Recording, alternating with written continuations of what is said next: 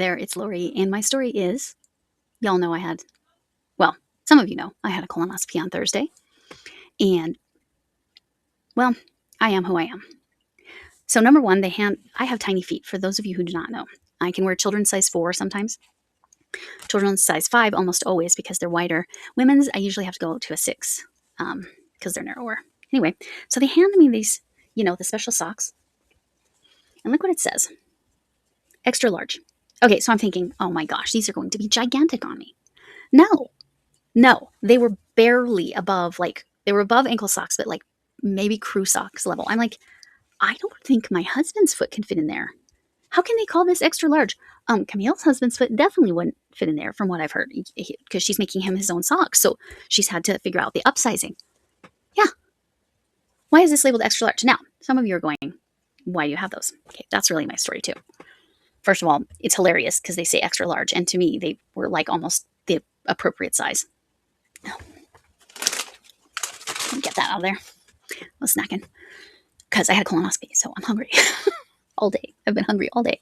I'm going to mention a little bit more about this shawl that I did not realize when I showed it the other day and why it's super duper special. All right.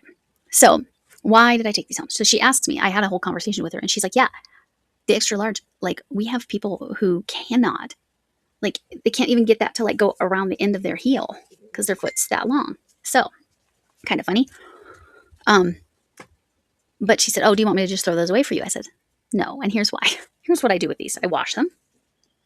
And in theory, because this is what I have 3 pairs of these now. My plan is to cut out pieces of the stuff, the grippy stuff, so you don't get slipper, and put it on the bottom of what would be slippers so that they're not as slippery on if you don't have carpet on your floors. And she said, oh, that's genius. Do you sew? I said, no, I crochet. I don't tell people usually, unless I know them for a while, that I have a YouTube channel. It just feels weird in medical situations, especially since I just had a colonoscopy. So I'm just saying. Anyway, okay, let's start with the 5 below. So I decided I was going to go ahead and give this kit a try. First of all, to evaluate, so this is $4 for this set. Let me show you what's in there. Instructions. It tells you where to go for the instructions, for the video instructions. And they literally start with, how do you make a slip knot? There's so many ways to make a slip knot. And then they show the long tail cast on. These are basic instructions. And then they show for a lefty and a righty. They show you a knit stitch because that's all you need after you've got your cast on. Did they only show long tail? Yeah, they only showed long tail cast on. Knit stitch, lefty and righty. They appear. Righty.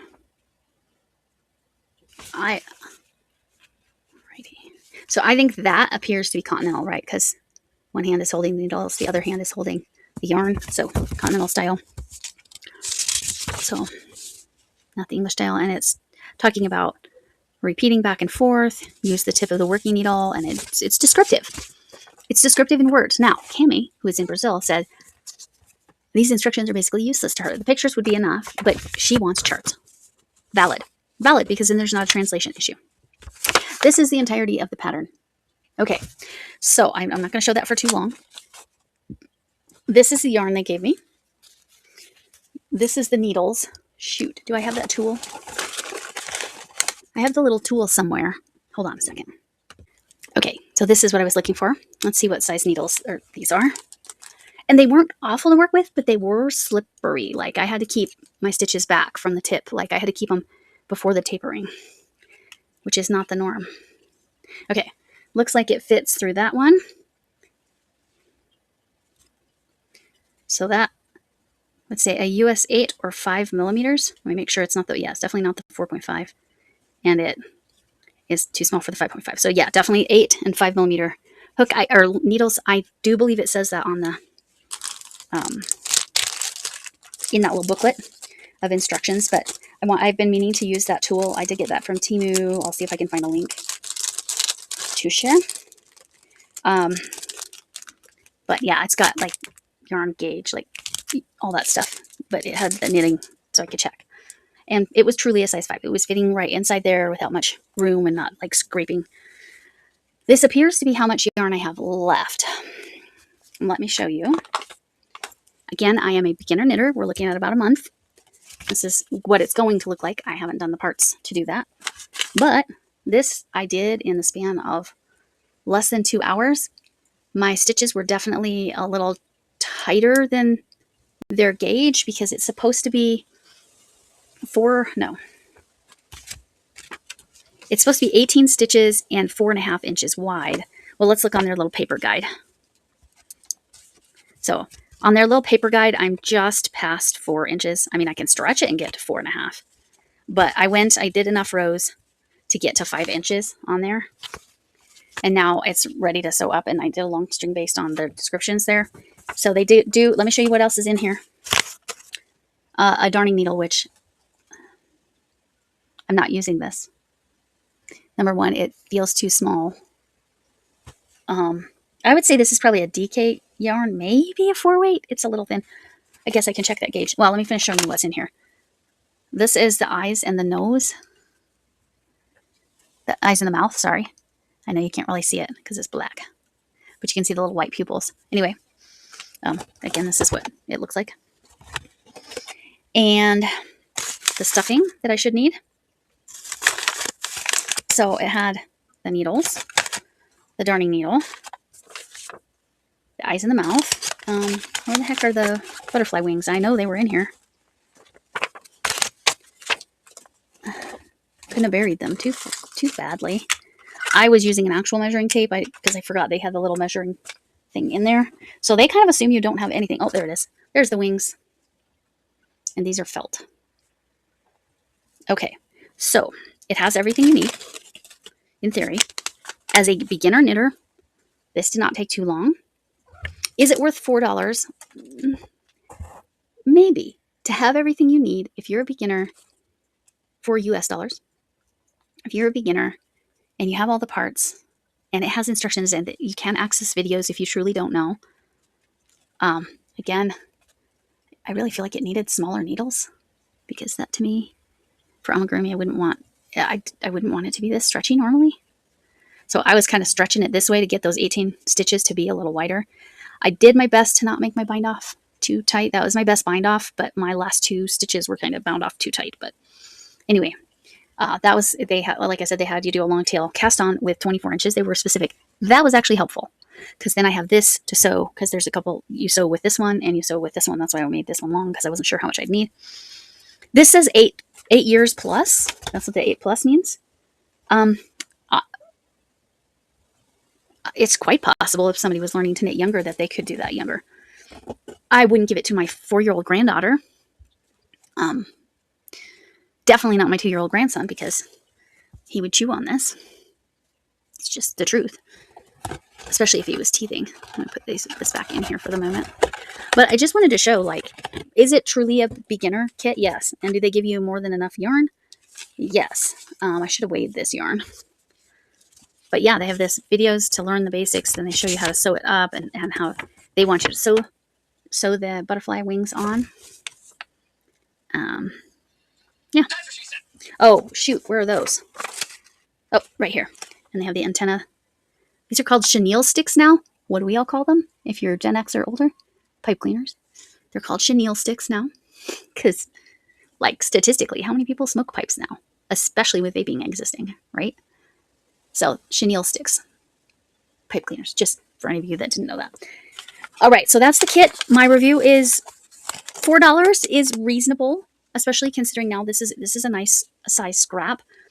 I like my scraps to be about this size to make other amigurumi. It's helpful. And I still need to make Kitty Fairy for my granddaughter. That Kitty Fairy might have to wait. Okay, let's talk about the other thing, Stitcherhood. Now, I have not attempted the crochet kit. Now, again, I will be speaking on this from a more experienced person, and whether I think it's feasible for a beginner or not, the best I can. But I haven't tried that one yet, so I can't speak on it. But yeah, easy. And then you're sewing in order to get the shape of the butterfly. All right, Stitcherhood. Stitcherhood is a collaboration between Camille's Creations and my channel right now, because Lexi has too many other things going on, and she has picked up Magical Mal, which that is on top of all of the other things she's picked up. It's just we needed to, she needed to be relieved of having duties regarding the Stitcherhood. So it's to support a domestic violence shelter down in Dallas, Fort Worth, Texas. And this is my 8th of 9 squares. They're 24 inches. They are different colors. They are not all this. There are 3 of these that look the same. Here is my problem. My last square needs to be a blend of, hold on, I will get it, this color, certain number of rows, and then some rows of this. I might have to email Mama G and beg her for a skein. She thinks she has one more skein. I have to check and see. It might be that I didn't cake them all up and I have one more skein from Jennifer Redgate. If not, I'm going to be contacting Mama G. Here. This is not acceptable yarn chicken. I mean, I just lost yarn chicken with a pibble and it ended up with a bottom. So my stepdaughter did, however, think that was hilarious, for those of you who saw that. All right, so I love this, and it is finished. I put stitch markers in the corners, and that was life-saving. No, I just stuck them on here. I definitely would recommend this. I want to figure out how to write this as a chart, because I think it will make a lot more sense as a chart than a written pattern, because it is technically my pattern. Blanket is definitely my pattern. Putting them together and the way I'm putting them together and all that. But yeah, I'm stressing out a little bit. But update, crisis averted. I did have another skein, and it was caked up in the other bag of yarn. Okay, back to the show. Speaking of Mama G, I received this from her, this beautiful shawl. It's so beautiful. It's 2 hanks of hand-dyed yarn. I did not realize this. She said that its stitch was very tight as she was working through it. She enjoyed doing it. It looks like a back loop. Back loop double, maybe? Back loop half double, maybe? But with the black in there and those just brilliant colors. But I did not realize it was hand-dyed yarn. So it will probably just stay there and be displayed because it's gorgeous.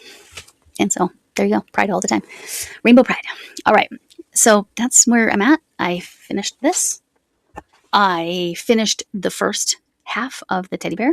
Oh, I can show you that. The head is almost as many stitches as the legs and body. So, well, I guess this is 26 plus 12. So, and then this is 28 plus 12. I don't know if my gauge is getting looser. It probably is as I go. Let's see. Yeah, okay. The head is not nearly as disproportionate as I thought. I plan on doing this in one piece, which means instead of starting at the legs and working up, I will be starting at the head and working the other direction. I have been using this. I think this was from Jay, but I might have also gotten one from Arity, so it could have been either of them. J Paradise, that is. Oh, where is it? I know I just saw it. This. To keep track of my rows. Because, again, I know for a fact I either added a row or dropped a row because this seam should be on the same side as that seam of where the 2 colors are meeting. Because the even numbers would have done that. So somewhere I made a mistake. Either in the shirt or even down here. It could have been down here and I had an extra row. I don't know. But I'm going to try to match it so that it looks the same. Or, you know, if I do the other side, whichever way its seams work, that will be the front side. And that's the front side I'll put the face on. And then it'll get sewn around the edge. So these are both yarns from Premier Just Yarn Plush and Premier Just Yarn Teddy. They are both from the Dollar Tree. I think these are $1.50 now. I don't believe, yeah, see, it was $1.25 when I bought this one. I think this was still back when it was $1. It's a little bit beat up, but anyway, that's my progress. So technically I finished the first half. If I wanted to, I could bind off and then just make a second teddy bear, which, you know, I still might do. I don't know. Put your opinions in there. I have no issue with working upside down from that same pattern. It's just duplicated in reverse, but I don't know. Should I go ahead and bind off and then make another one? Because then I can make sure that the seams are right and the counts are right, because I will make sure I'm counting my rows, because I have not easily figured out how to count rows in knitting. I think I know, but I'm not confident, which is what led to the problem. Okay, sorry, I was yawning. So yeah, I would give this